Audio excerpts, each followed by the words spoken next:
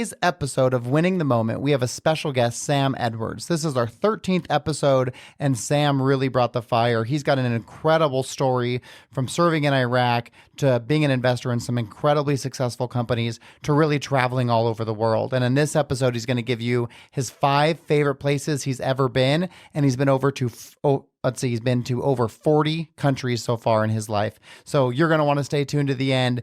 It's fun, it's lighthearted, and the stories are amazing. Thank you so much, and I hope you enjoy the episode. Today, Sam Edwards, he's a local investor and entrepreneur here in Southern Utah. He has his Rose Concrete, and he was also a part of Squatty Potty. You guys were on Shark Tank for that, weren't you? We were. Yeah, my brother got on it and my mom. What a cool thing. Yeah. And you guys went viral with your incredible unicorn commercial. Yeah, the getting on Shark Tank was probably one of the bigger things, and then the commercial. Those are the 2 things that catapulted us into, bigger sales. When you guys got onto Shark Tank, did you ever imagine that it would end up being as big as it did? No, none of us did. And Shark Tank was really the catalyst for that? We literally started out of our garage making stools out of wood and just making a few of them and seeing if we could sell them. And it blew up from there. Whose idea was it to even pursue this thing? And how did that ever come about? It was my mom and my brother's idea. My brother came back from a trip down in California and saw a big bulky stool on somebody's toilet. And he's like, there has to be something out there that's better than that. And he approached my mom and then they actually came up with the idea, and they didn't have any money to make, patents or molds or anything. And so they came to me and wanted me to invest with them. And I'm like, yeah, let's do it. And so what was your backstory before that? What did you build to be in a place to be an investor in that? I started Rose Concrete back in 2000. Just knocking on doors. I actually sold alarm systems for Apex at the time. You did? You were a door-to-door salesperson? Yeah, I did that for 2 years. Wow. Right out of college. And so you did go to college?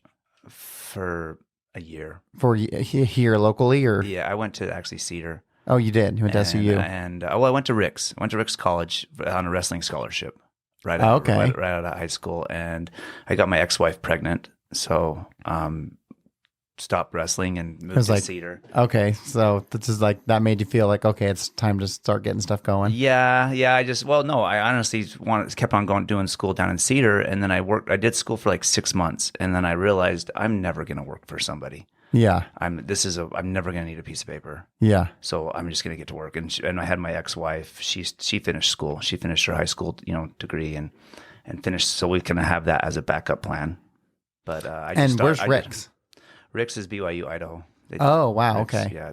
And you got a wrestling scholarship. I got a wrestling. I took state. I didn't know twice. that. I took state twice in high school. I placed 8th in the nation. Wow. Wrestling. That's amazing. And so did you go to high school in St. George, or where did I graduated at Delta? Delta. Okay. Wow. 8th in the nation. Mm-hmm. And so did you go to BYU, Idaho because of your faith, or? I just got a wrestling scholarship. My 2 cousins were wrestling up there. They wrestled up there for the last 2 years, and they knew me and they vouched for me. And it was kind of disappointing when at Rick's College, you're not supposed to have premarital sex. And so getting my ex-wife pregnant kind of kicked me out. Broke the honor code a little bit. The honor code, and yeah. And you say ex-wife, you've only had one ex-wife? Yeah, I was married. I was married. We were high school sweethearts. From Delta? From Delta. And got married the first year out of high school, she got pregnant. We got married right then. Wow. And how long were you guys married for? 16 years. Oh, wow. That's a long time. Yeah. And how many kids do you have? 4. Girl, boy, girl. What's the youngest? She's 15. 15 she's now. going to be a sophomore. And your oldest? She's 22. Married. She's married. They're going to have a kid next year. May you be a grandpa. I'll be a grandpa. You'll be the wildest grandpa maybe to ever live. Okay, so you're going to college. You're at SUU, and you realize I'm never gonna need validation to say I can work somewhere. Yeah, and do my own thing. I just felt like I was wasting my time. I was taking all these generals, and I don't like schooling. I did really well in school. I graduated 3.95. Wow. So I got a high.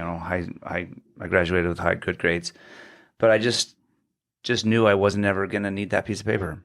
Were you how were you in high school? Were you pretty straight and narrow? I was pretty straight and narrow. Yeah. I was raised LDS. Yeah. And I really did believe in it. I fully believed that I had great things coming to me, and that Were you planning on doing a mission? I was always planning on doing a mission. Yeah. And always wanted to. My 18-year-old son just got called on a mission. My oldest daughter went on one. I'm fully out of the church. I'm fully out. And how long has that been for you? About 5 years. Okay. 6 years. Was there a catalyst? 2016 was when I started. The catalyst was I actually had an affair on my wife. I'm not proud of it. Yeah. Something I never thought I would do. But that happened, and we both told each other spouses, and it was hard. Like I slept, oh man, I can't imagine. my ex-wife was devastated. I slept in the closet for probably at least a month. And After that, slept in the closet. And I got disfellowship from the church, and I started studying, and I started praying every day. Were you active in the church at that time? I was active, yeah. Were you like a bishop or anything? No, I got to be I got fired from my job when I from a gospel doctor and teacher. Okay. But I was like an executive secretary. Okay. I was over the scouts a lot. I was always active and had an active calling. And went to the temple probably at least once a month on average. Wow. So it was a part of the fabric of your life. Yeah, it was. It was a big part of my life. And then that happened. Like I said, we had a rough year, but I repented. I prayed. I got disfellowship, and I started studying the church for myself. Yeah. I really started studying it. And what was your motivation behind that? Just to get back in, and also just to be worthy, and Yeah. that whole thing. I mean, when that full year that I was studying it, me and my ex-wife, she didn't have sex with me for a year. I didn't masturbate. Wow, how was that? I went a full year. It was hard. I bet. I was in my prime. Yeah, and you're a sexually driven individual. I'm a sexually driven individual. And I can honestly say that I stuck to it, and I did it, and it was very hard. Did it give you, was there a level of clarity that came with that, or were there any positives that came from that? Not really, other than No. it sucked. My counselor was like, "You better have sex with this man, or he's going to have another affair on you." Yeah, right. And I was very faithful, and I was like, Yeah. I felt bad. I still feel bad to this day what I put my ex-wife through. I still feel very bad. How's your relationship with her now? It's not very good. No. No, she's won't forget. I don't think she'll ever forgive me, and she's kind of vindictive and mad about the whole situation and Yeah. me leaving. And I mean, I wish I would have. Hindsight, I wish I would have just got her a divorce, because after I left the church, so I had the affair. Studied for a year. Studied the church hard. Like I went down that rabbit hole. Yeah. That all the people that are leaving go down go- that rabbit yeah, right. hole. It's Uh-huh. the same one. Yeah. It's all the same stuff. And if you really delve into it, and I just feel like religion's man-made. Of course. Dudes making up these things, and Yeah. you have to pray a certain time of day. You have to have all these secret handshakes. You have to do this and that, and it's all Secret. it's all these names, and you have to kill the Alibabas and all the Yeah. all the crazy stuff. As soon as you take all the religion and put them together, they all kind of pretty much say Right. the same thing. That's truth. Yeah. That's love. That's truth. But it's all the little breakoffs because they have to be separate. And as soon as you bring money into it, then And everything then gets there's money, and everything gets swayed. It's all about power and control, and it's all man-made. And I'm out. Was that really hard for you to devote so much time to your whole life, and then this year of No, like, I don't have any regrets. I mean, Yeah. there's so many good things about the church. Of course. There's so many good things about family, about well, I think that's why it was created. Yeah. That's why man made it, so that because there are these good milestones and you these can't good deny things. the good, but you also can deny all the BS and the bad. Sure. So, so I just, I'm pretty much agnostic. I just don't. Okay, I was gonna ask. I don't know, and I don't care. Yeah. I do care a little bit, but I hope that it's not done when lights go out. I hope. Do I know? None of us do. Of course. And So I guess what do you believe? Do you believe that you're going to have more lives, or you had past lives, or you're going to have future lives? idea. I have no idea. You're just here living in the I'm moment. just here living in the moment, and I want to experience everything. Yeah. And that's why, because what if this is it? Yeah. So why not? Why not? I mean, we don't know if, we don't know. Absolutely. Nobody knows. So why not do it? Well, and this Live self it. that we are here now, even if there is another life, it's not Yeah. this self that we'd be living it, right? So Yeah. why not get the most out of it? So that's really interesting. So so you did that for a year, and then what happened? I went down the rabbit hole. I started questioning all my beliefs, and once I went down it and I really studied it, and thought about it, I was like, I can't do this anymore. So I took off my garments. I told my ex-wife, I said, I'm done. And was she your ex-wife at that time, or were you guys? We were married. You're married, okay. We were married. We were trying to make it work. We actually had a really good marriage, like for a while, because I was so devout and really working on it. Yeah. We had a great marriage. And then once I left the church and she was very stout still, it just went downhill from there. Yeah, hard to have those two things and work. when you're not equally yoked or not equally on the same page spiritually, it just doesn't work. Yeah. So I had resentment with her, and she had resentment with me. And that's when I kind of still like was trying to make things work. And I wish I would have just got a divorce. But I drug her through the mud for 2 years. Yeah. You know, and my family and kids. It was hard. It was hard to split everything. Just because you like didn't want to break your family up. Yeah. Yeah. That The makes family sense. aspect. Because how old were your kids at that time? I moved out, and I moved back in, and I moved out, and I was home, and then I was like missing my kids, and it's just as hard. And you're a really involved dad, right? Like you don't miss stuff. If your kid's got something going on, you're going to be there for it. I do. I mean, there's times when I should be to everything, like, but I'm not. But I mean, I don't. If I'm around, you do your best to be a part of it. Yeah, I've seen it. Yeah. Okay, so to go back a little bit, when you decided college wasn't for you, and so you went and sold for Vivint. Yeah, I sold. Yeah, it was Apex Alarm at the time. Apex, okay. Vivint. And I went back to Chicago. We sold. I mean, it did really well. Made like $35,000 in 2 months. Yeah. And then I went back to do it again with a pest control company, a different company. What did you like more, alarms or pest control? I only sold pest control for a little bit. Then alarms. I think the alarms has a bigger profit margin. Yeah. And went back, and my cousin Michael, who owns Rad Concrete up north. Okay. He went to go sell as well. And then we're out there knocking doors, and he was like, "Screw, why are we knocking doors for other people?" I'm like, "Yeah, you're right." Same reason I went to college. I'm never going to need it. Let's do this for ourselves. So we just like bagged it, and we moved back to Salt Lake, and I knocked doors. I went around and sold I went around and sold what was needed to be done on the house. Yeah. And he applied it. Oh, okay. So you guys were like business partners. We formed a 50-50 partnership. Okay. And I sold it, and he applied it. We did that for like 2 years. About 2 years. We went down to Vegas sometimes, and we'd sell down there and just work. We'd take our little Toyota trucks with our equipment in the back. You'd sell it and then do it right then. And we'd sell it and do it right knock a door. Hey, this is what we do, and then we're ready to do it right now. And just get it done. That's smart, because then they can't change their mind. Yeah. Yeah, so we sell it and do it then. And then I did that like in St. George. I went around and sold. I hired a couple of high school friends. I hired a couple people. I only had like 1 or 2 people at the very most for the first 4 years. So I just sold and worked out of it, and I slowly just grew my business with the equipment, and now I have 10, 12 people working for me with 4 different trucks and trailers and a big equipment that I got to keep busy. But I've been doing this for 22 years. Wow. And so I don't have to knock doors anymore. It's just word of mouth. We have a good name around St. George. Yeah.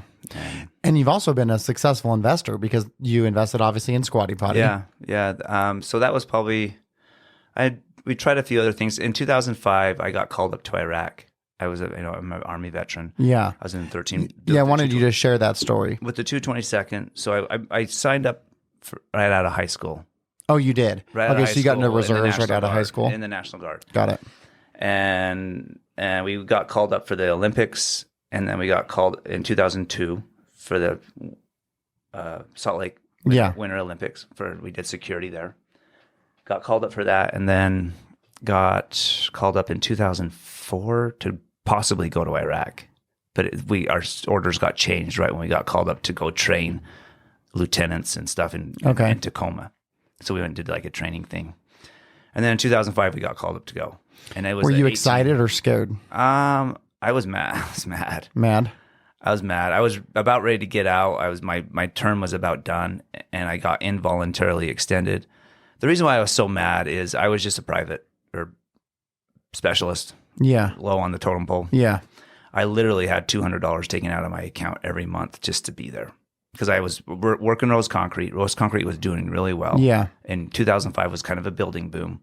Oh, sure. Yeah, right. So we were Southern busy. Utah, you're killing it. We were killing it. And I literally took a 56% pay cut from my to go. Wow. So because you were running the business. You were the cog. And I was doing well, and I even filed for a financial hardship because I was literally playing Xbox 8 hours a day. We do, military is so slow. Yeah. It's like you hurry and wait. Yeah. And it's like tar. It's just slow and it's frustrating. And especially, I wouldn't mind it if I was at least getting my bills paid for. But I'm sitting here wasting time. And you had a family at the time? Did you have your kids? 3 kids at the time. Yeah. I'm sitting here wasting time doing this stupid training. It was an 18-month deployment. We were training for 6 months, and then we went over to Iraq for a year. Okay. So we did a 6-month deployment. We did. It was. What was the training like? It was okay. It was decent. I mean, it was good, but it just was unnecessary for how much we did for that 6 months. And then when we were in Iraq, it was. I got there. I filed for a financial hardship because I was realizing the money that you guys are paying me is not covering. Because I mean, when you're used to an income, of course, you get a 56% pay cut. No one can withstand a 56% pay cut. Yeah, you create your lifestyle based on your earnings. And so I was literally losing in the whole $100 to $400 a month, taking money out of my savings account just to be there. Yeah. So that was hard. I filed for that. Once we got to Iraq, I got overseas pay, so it kind of helped a little bit. You got hazard pay and duty pay. So that kind of helped a little bit. But I still, when I got there, I got onto a tower job. And I have ADD. I don't know if you know that. I can tell you're playing with that wrapper over there. You can't keep your mouth in front of the microphone. Yeah. I can't hold still. My mind can't hold still. So anyways, I got sat on a tower for 24-hour shift. The worst job ever. The worst job ever. That's like kind of like torture. For you. I sat there and I would get yelled at by my sergeant because I wasn't paying attention. You just got to look out in the weeds. Yeah. And I got to the point like I was in a week and I got really depressed because my financial hardship got denied. I went into like one of the worst depressions I've ever been into because I was just like, I can't do this for a year. I was like, I don't want to, I want there to be some action. I hope somebody, it wasn't hardly, we were getting mortared probably 2 or 3 times a week. So that was, did it come scary. over the wall? Came over the wall. So like you could just be in your thing and. Yeah. My building got hit by an IED in the middle of the night. The third day a Marine was there, the same way that we walked to Chow, a mortar hit on his feet, blew him apart. Oh my gosh. There's the glass factory incident where a suicide bomber killed, I don't know how many people it was, but a few of our guys got injured. None of us got killed, but some guy got some a lot of shrapnel damage. And my sergeant on a what's it called, a patrol, on a patrol, it was his own fault. I feel bad, but he got his arm blown off, lost an eye. Why was it his fault? He was digging into a suspected trash rubble that was a suspected bomb. Oh, so he shouldn't have been doing it. Yeah. And it was. And normally, a normal person calls in a bomb squad and a robot goes in there and they blow it up. But he thinks, he was kind of one of those. I'll get in there and get it. Cowboy, I'll fix it type guys, or figured out what it is and it blew up. And he's lucky to be alive. Jeez. So, I mean, we saw a lot. So how long did you stay in the tower? The whole year or what? No, so thankfully, I was really good friends with the chaplain. Really good friends. I went to What's a chaplain? He's the service guy, like the spiritual. Oh, okay. The chaplain, like the minister. So they had someone there for you guys for that. Yeah. So he was there, and I was good friends with him. I told him, I said, I can't do this. I said, I'm a danger to myself and to everybody else. I'm not going to do this job. And I said, first of all, I'm shit, and I'm mad about my pay. Yeah. And I was stuck here for a year, and I'm like, I'm not doing this. And so they actually gave me like a handyman job, which was save my life. So like I could like go do stuff. I made shelves. I fixed things. I would fix things, and it was kind of like that. That's kind of wild to think that you like for your country you opted to do this thing, and then they sent you to Iraq to build shelves. Yeah, I mean, we had 3 main objectives: fob defense. Yeah. So to defend, so we had a gate. We had 2 gates. You had to man that, and then towers. So that was 3 months of that. 4 months, and 4 months of doing artillery.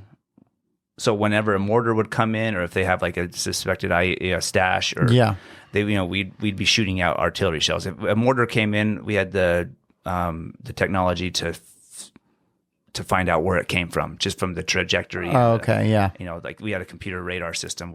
Just doing math to say it came from here. We were firing rounds back within a minute, back at the target so they would kind of like lob stuff and then run. Yeah, because they knew rounds were. Did you ever, while you were there, get into open combat? Not with a weapon, no. No, we had confirmed kills with our artillery. Yeah, but not. I mean, the other guys that were there in our defense, like we had Navy SEALs there, we had Rangers, so they got in a lot. Wow. But we just were on. So our third, tower defense, artillery, and then our third job was patrols.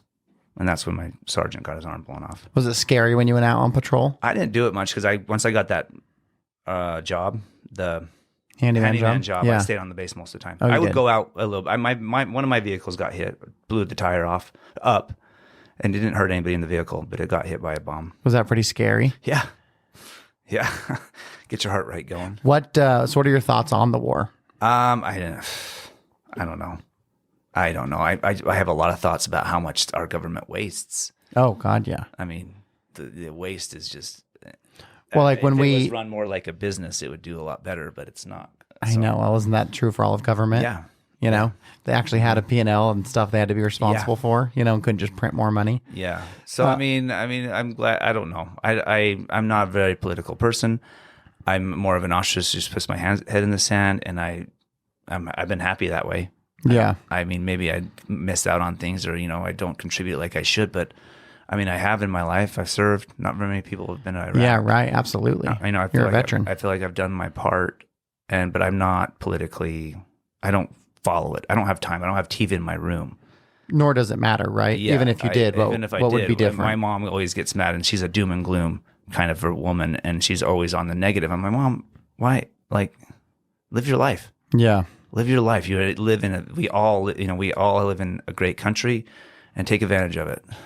Yeah, that's the part that's hard for me, is just when people say like, "Oh, the American flag triggers me." Yeah, it's like, what are you talking about? We live in the greatest place in the world. Yeah. Doesn't mean we're perfect, because nowhere's perfect. It might not be the greatest place in the world, but it's a pretty.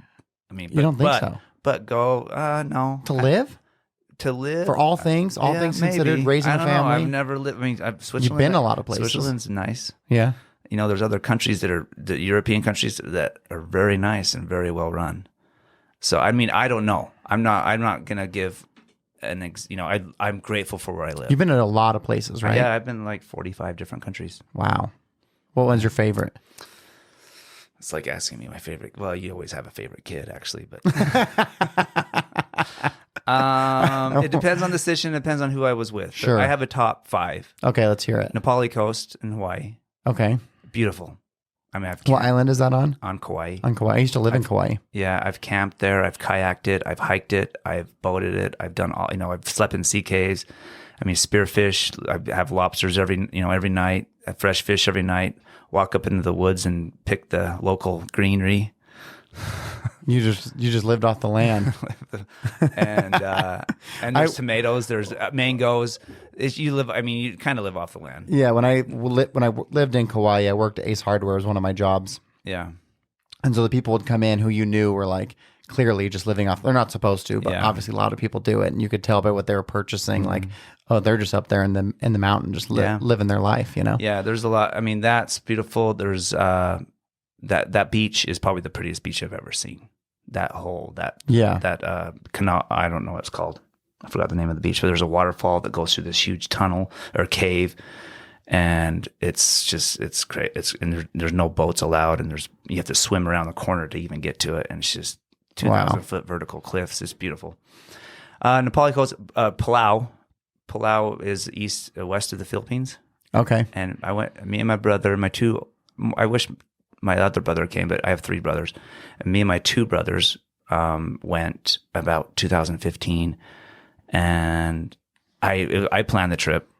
We rented kayaks for 2 weeks. We kayaked for there's 1,000 island chains. Yeah, right. For 2 weeks, we kayaked from island to island and lived off the land, spearfished, and showered in the rain.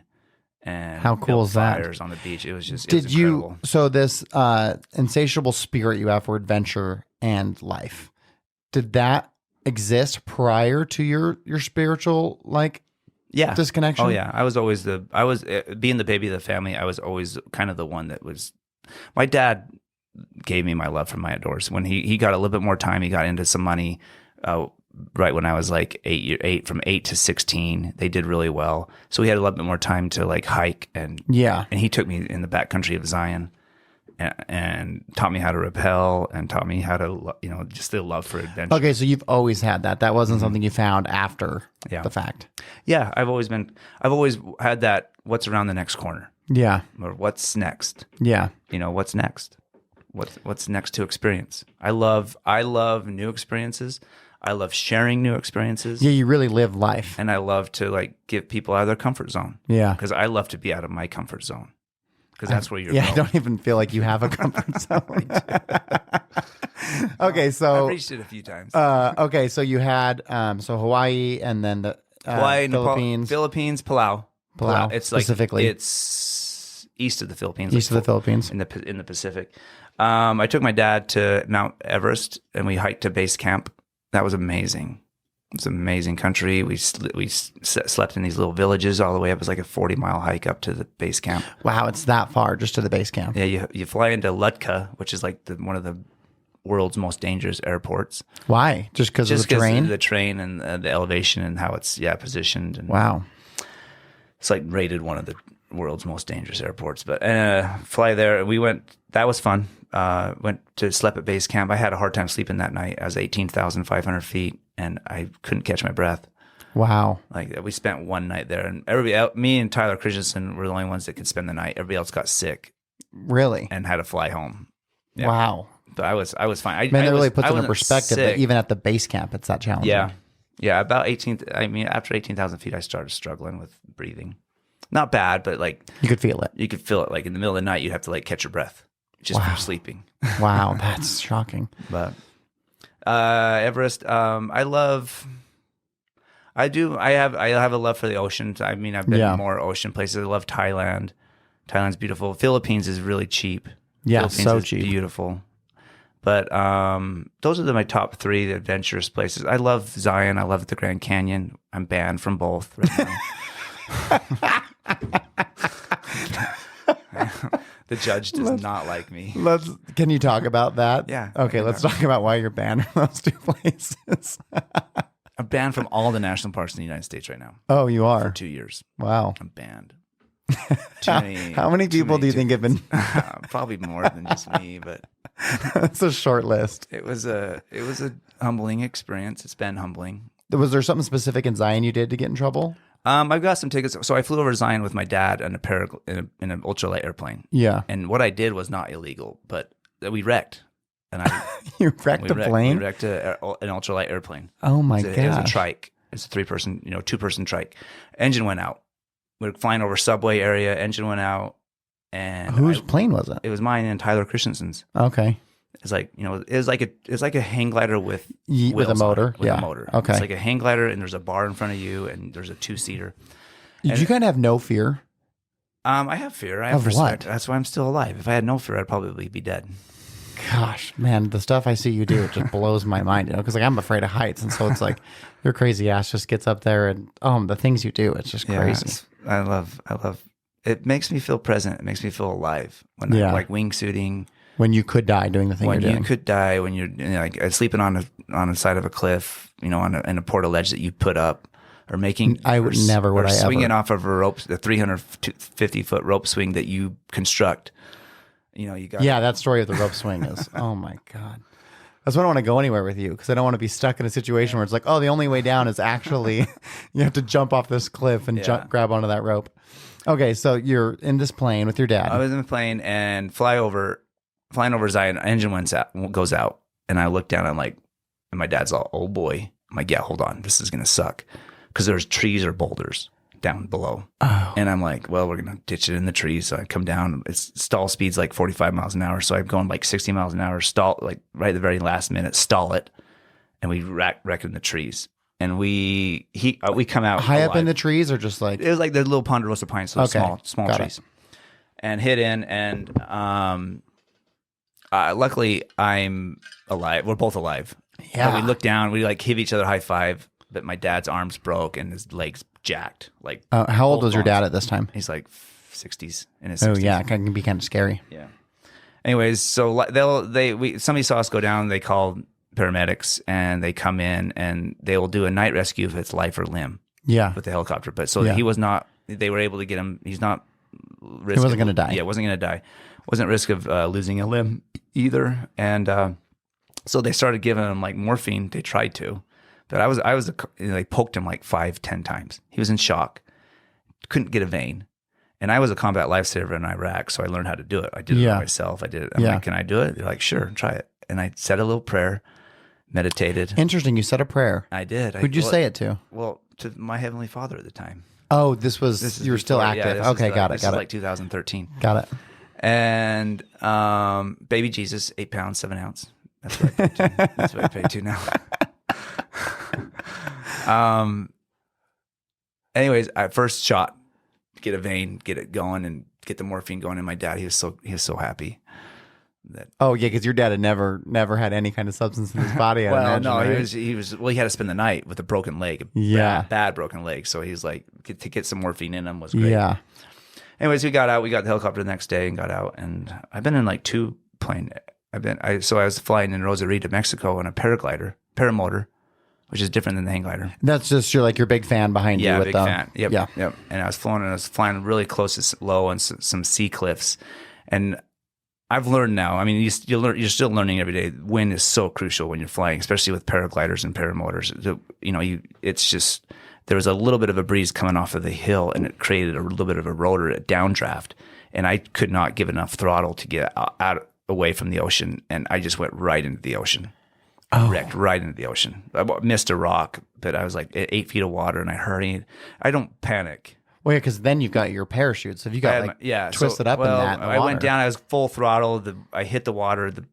The prop blows up, and I mean the motor's fine, but the prop just blows up, and I have to like unbuckle myself because a lot of people will die paramotoring when they wreck in the water because they can't get out of their stuff fast enough. Oh yeah, and then they panic because it's heavy, so you're sinking. They'll sink and they'll drown. So a lot of them will drown. I just slowed. You just gotta slow your mind down. I can hold my breath for about 5 minutes. That's insane. On a good breath hold. Is that like a training you've done, and how do you train for something like that? Do you run? I run. I stay. Obviously you're in good shape. I do everything. Yeah, I do everything. I really do. I mean, I do Pilates with my daughters. I do. Were you healthy your whole life? Because you were a wrestler in high school, so you kind of always been fit and healthy. Yeah. So that's just like fitness has always been a lifetime of exercise has allowed you the ability to. Wrestling really is one of the hardest sports, I believe. It is. Yeah. I mean, wrestling's and it's taught me so much for mental. Have you gotten like jujitsu and things like that too? I have 2 cage fights. Broke my jaw in one of them. You did? Broke my jaw from a punch or from a foot? From a foot kick. I'll show you the video when we're done. But it's a kick to the face. He broke my jaw, knocked me out cold. But jiu-jitsu, I have like a 18-2 record. I'm a lot better at jiu-jitsu and wrestling because I'm a wrestler. Yeah, right. That's why I wondered if you went that path. And wow, broke your jaw. Broke my jaw in a cage fight down in Mesquite. Mesquite. A little amateur fight. Oh my gosh. Okay, so there's the Zion story. That was an adrenaline rush. Get into a cage with somebody. God. Yeah, one of you walking out. When have you been the most scared? What thing did you do that presented the most fear? I'm gonna start crying about it, but I don't know why. I've seen a lot. I've done a lot. But about losing my son, and he was floating face down in the pool. I came back from Iraq. It was like 2005, and that was the scariest I've ever been. Wow. Did he pass? No, he's floating. So my wife, told me to watch the kids. Yeah, and you're ADD, so you didn't. And I mean, my chaplain, the chaplain that from Iraq, he was coming down to run the marathon. We were just chatting, just talking, and probably 5 minutes went by, and I wasn't paying attention. And I actually left the pool, and the gate shuts. I leave the pool. I look around. I'm like, okay, we got everything. The gate shuts to the pool, locks, and my chaplain, Galen Springer's his name, chaplain. He's like, hey, you left some stuff in the pool. And right when he said that, he screams Max. He sees Max floating face down. Oh. So I had to jump the fence, and the neighbor was yelling at me when she saw me jump the fence, and I just yell right back, dial 911. I just scream back at her, dial 911. We lived right by a fire department, So like within 4 minutes, so he hands me max, and I start doing rescue breaths immediately. Yeah, because you already knew how to do that. Yeah. Oh, that's terrifying. And start doing rescue breath, pat, and then like after like a minute or maybe a little bit less, he starts shallow breathing, and then after he starts shallow breathing, we're just kind of monitoring him, and then the paramedics get there within like 4 minutes or less. That's less than 5 minutes. It's fast. They work on him for a little bit, then he coughs and throws up a gallon of water and starts bawling, and then I started bawling. Oh, I just broke down. I just like, he's. Oh, that would be the most terrifying, scariest. It was. Yeah, that's the worst thing I've ever been through about losing your kid. Wouldn't ever wish that upon any parent, to lose a son or to lose It's a scary thing with pools, especially in Southern Utah where there's so many, and it can happen so fast.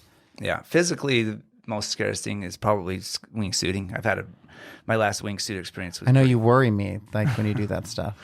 I had Do you want to die that way? Do you hope like when you pass that you're doing something wild?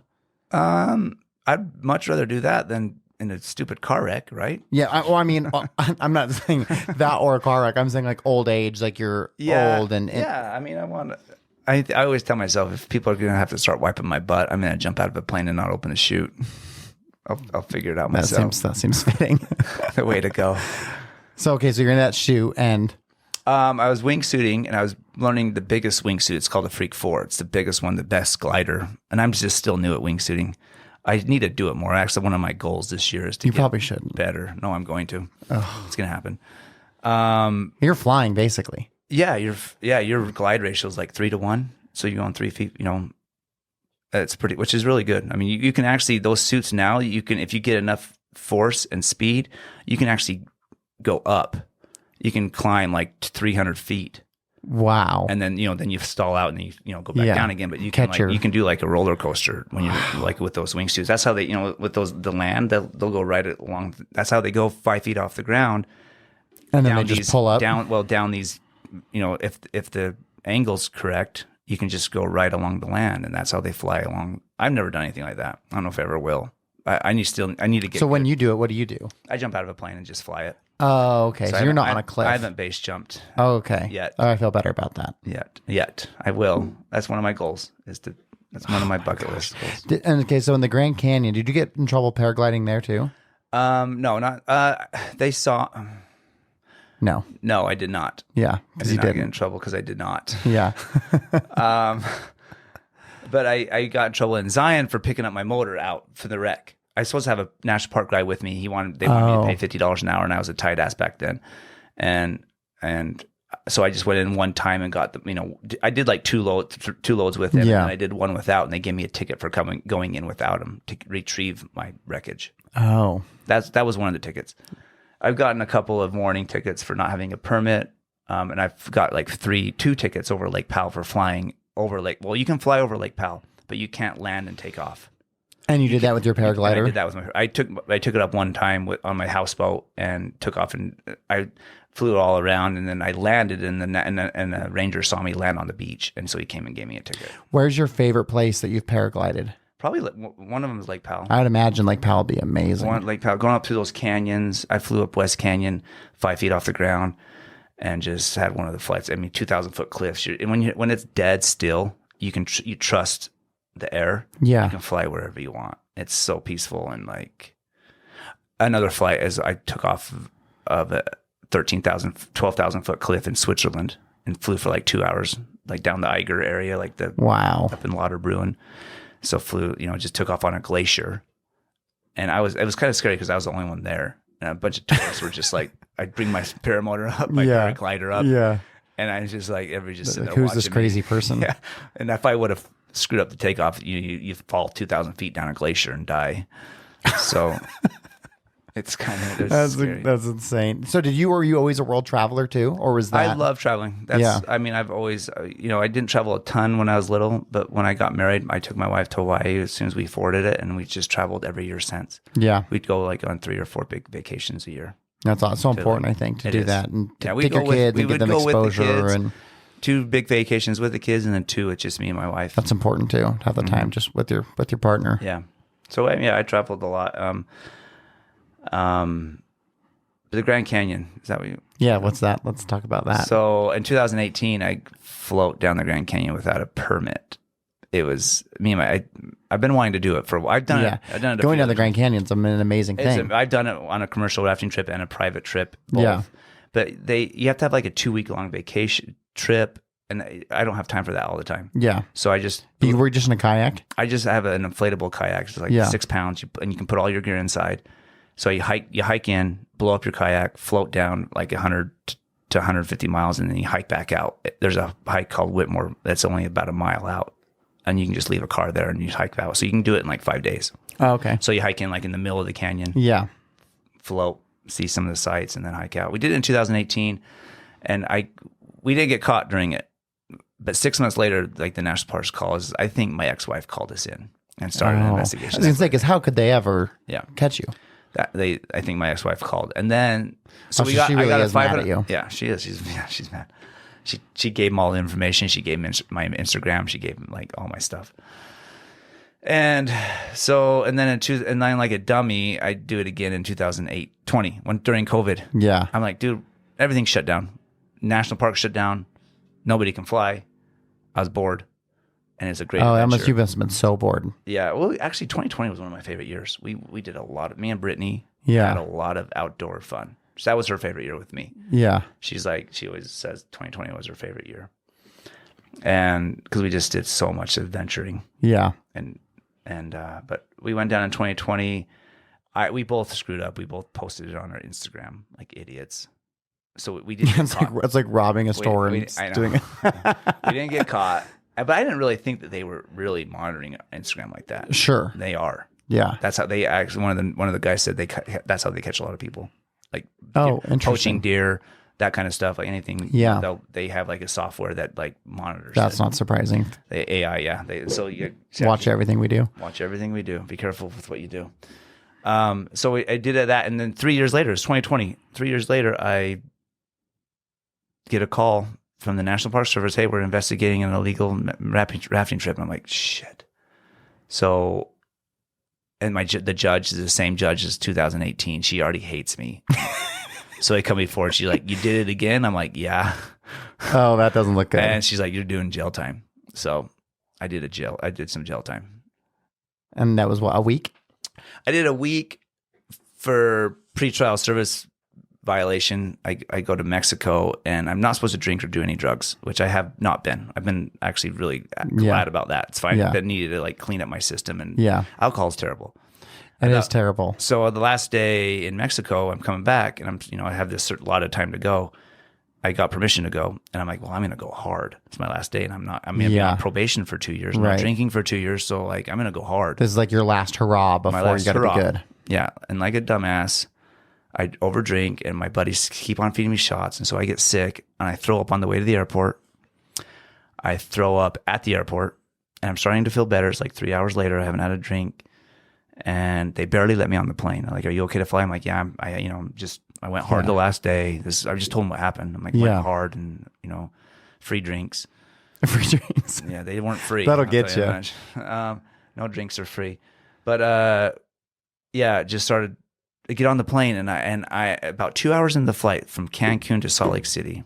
2 hours into the flight, I pass out. My girlfriend's right next to me. She thought I was joking.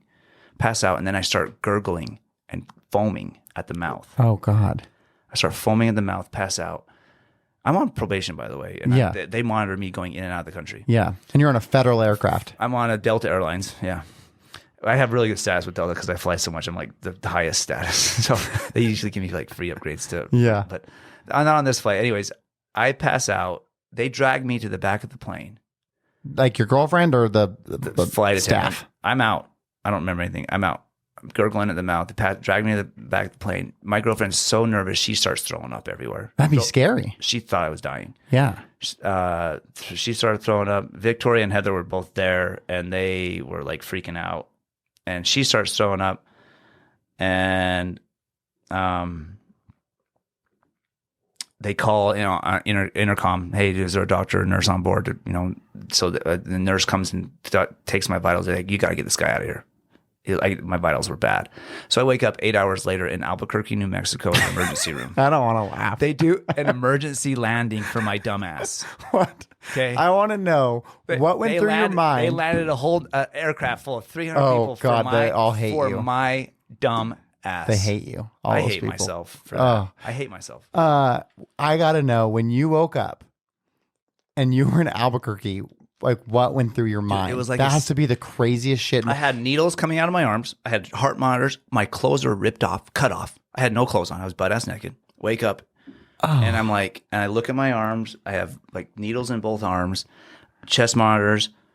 And I'm like, what? And they're asking me who my name was. And I was like, I knew who I was, barely. I'm like waking up. You probably were questioning if you were Sam. It was like a scene out of Breaking Bad. Yeah. Albert, I'm like, what the? Yeah, because you didn't know, obviously, when you woke up where you were. Yeah, I remember getting on the plane because I wasn't like blackout drunk. Yeah. I remember getting on the plane, but I don't remember from, To have hours. your last memory be getting on a plane and then to wake up in a hospital bed, that must have been. And they said, I was like, Albuquerque, New Mexico?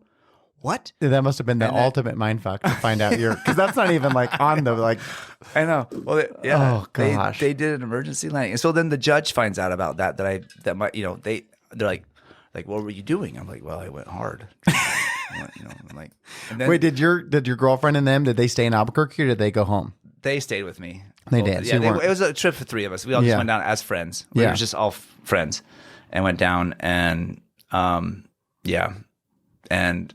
they stayed because they didn't want to leave their friend dying. Did you get got off the plane? like a fine for that? Or? No, I didn't. Wow. I called Delta. Delta called me and asked me if I'm okay. They're like, thanks for being a Diamond Medallion member.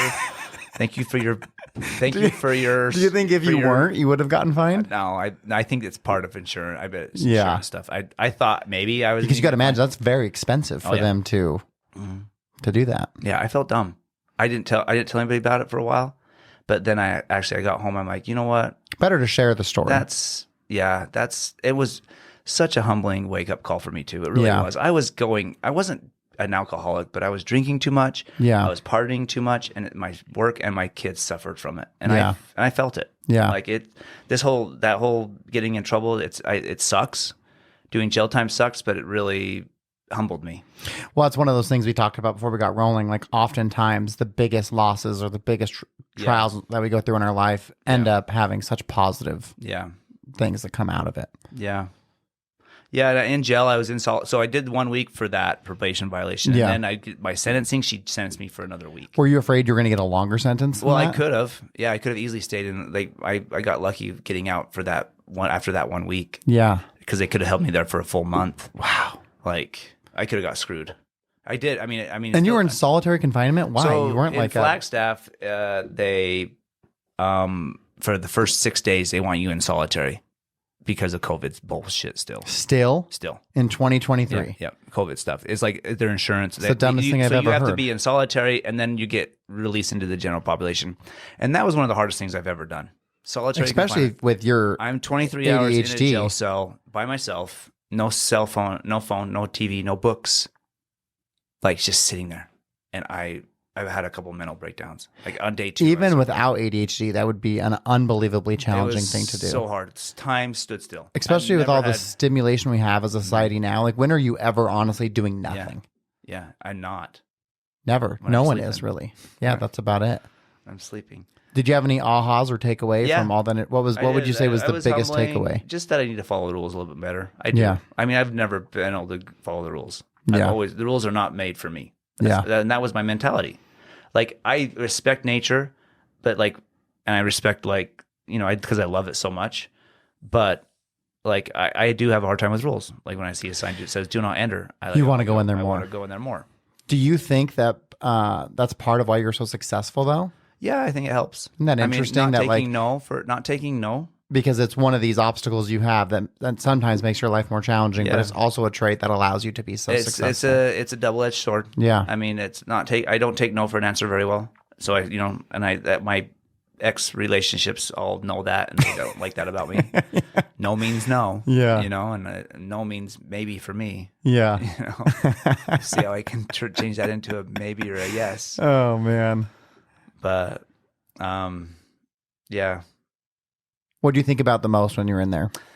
So 23 hours alone, 1 hour out to shower and make phone calls. Yeah. And I don't know. I wrote a whole list. I think you showed me a picture of it, like all the places you'd been. I wrote a whole, like all my life accomplishments, all the countries I've been to, where I've been. I've been to some countries multiple times, but all the countries and probably my big events of my life, like all the highlighted things. And there's probably a little bit more, but I just sat and like kind of went through my whole life of my accomplishments. How was that, watching your life backwards like that?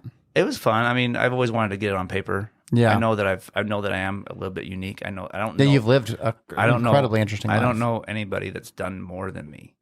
I don't know anyone like you. As far as has done as many things as I have done. Yeah. And I'm still only halfway done. So, I mean, there's still a lot of things I want. How old are you now? 42. Wow, okay.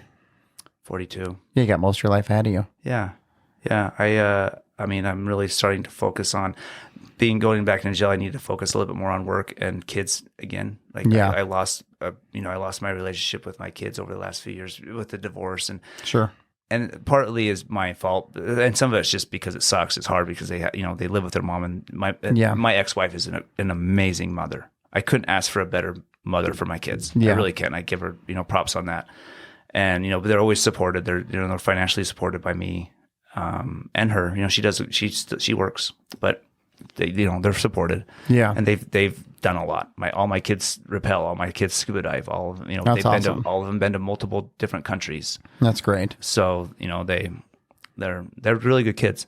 I have really good kids. That's awesome.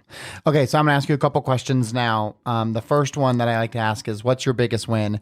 And for me, a win is defined however you want to define it. So don't think of it in like the societal definition of winning, but just for you, how you think about the way that you approach your life. What's the biggest win you've had in your life? That I'm healthy and that I've had as many experiences as I've had. Yeah. Life experiences. Opportunity to experience life. Yeah. Love that. Okay, and then what's your biggest loss?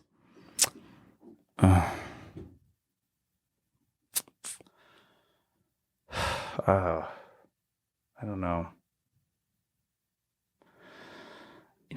Death in the family hasn't been bad.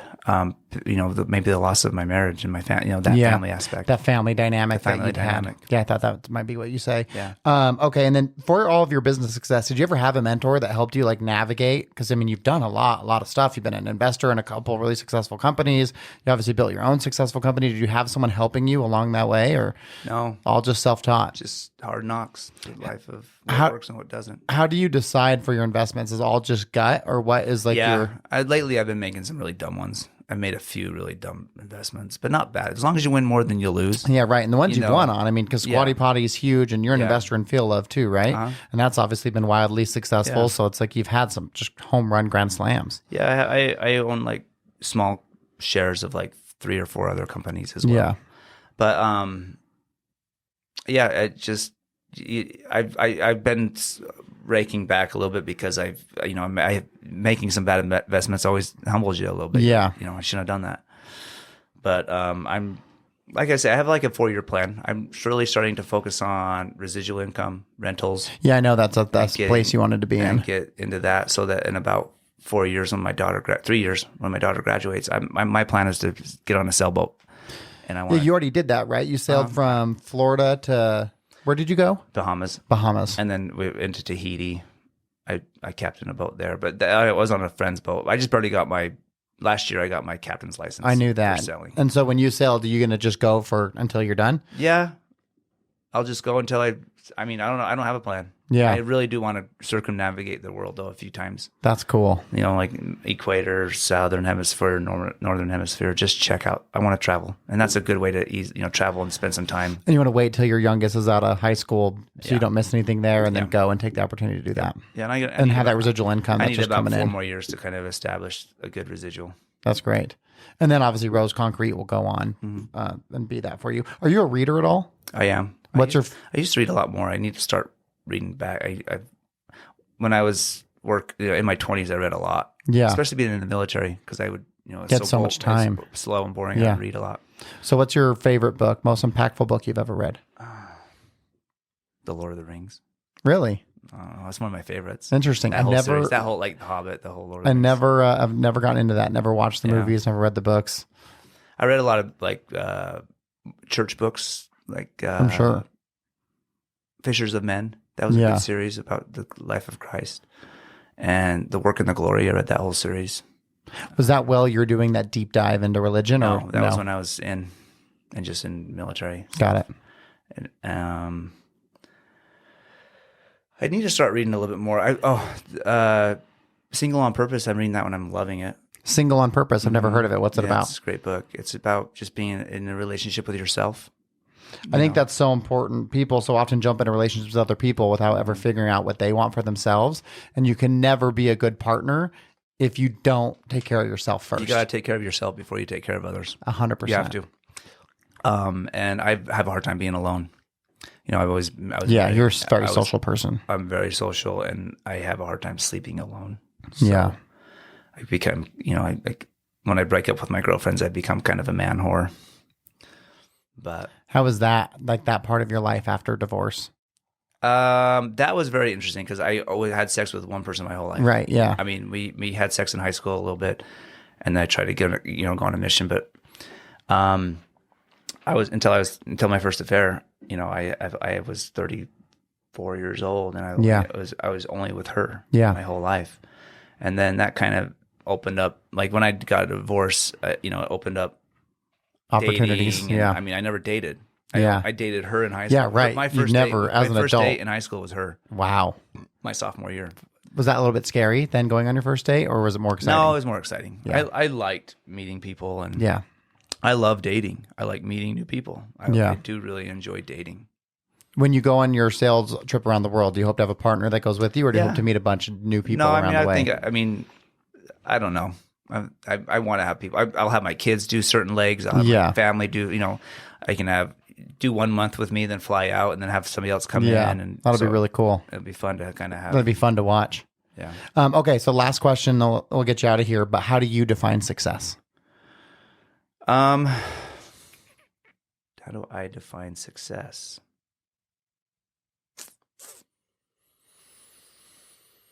I think with just your accomplishments in life. Yeah. Like what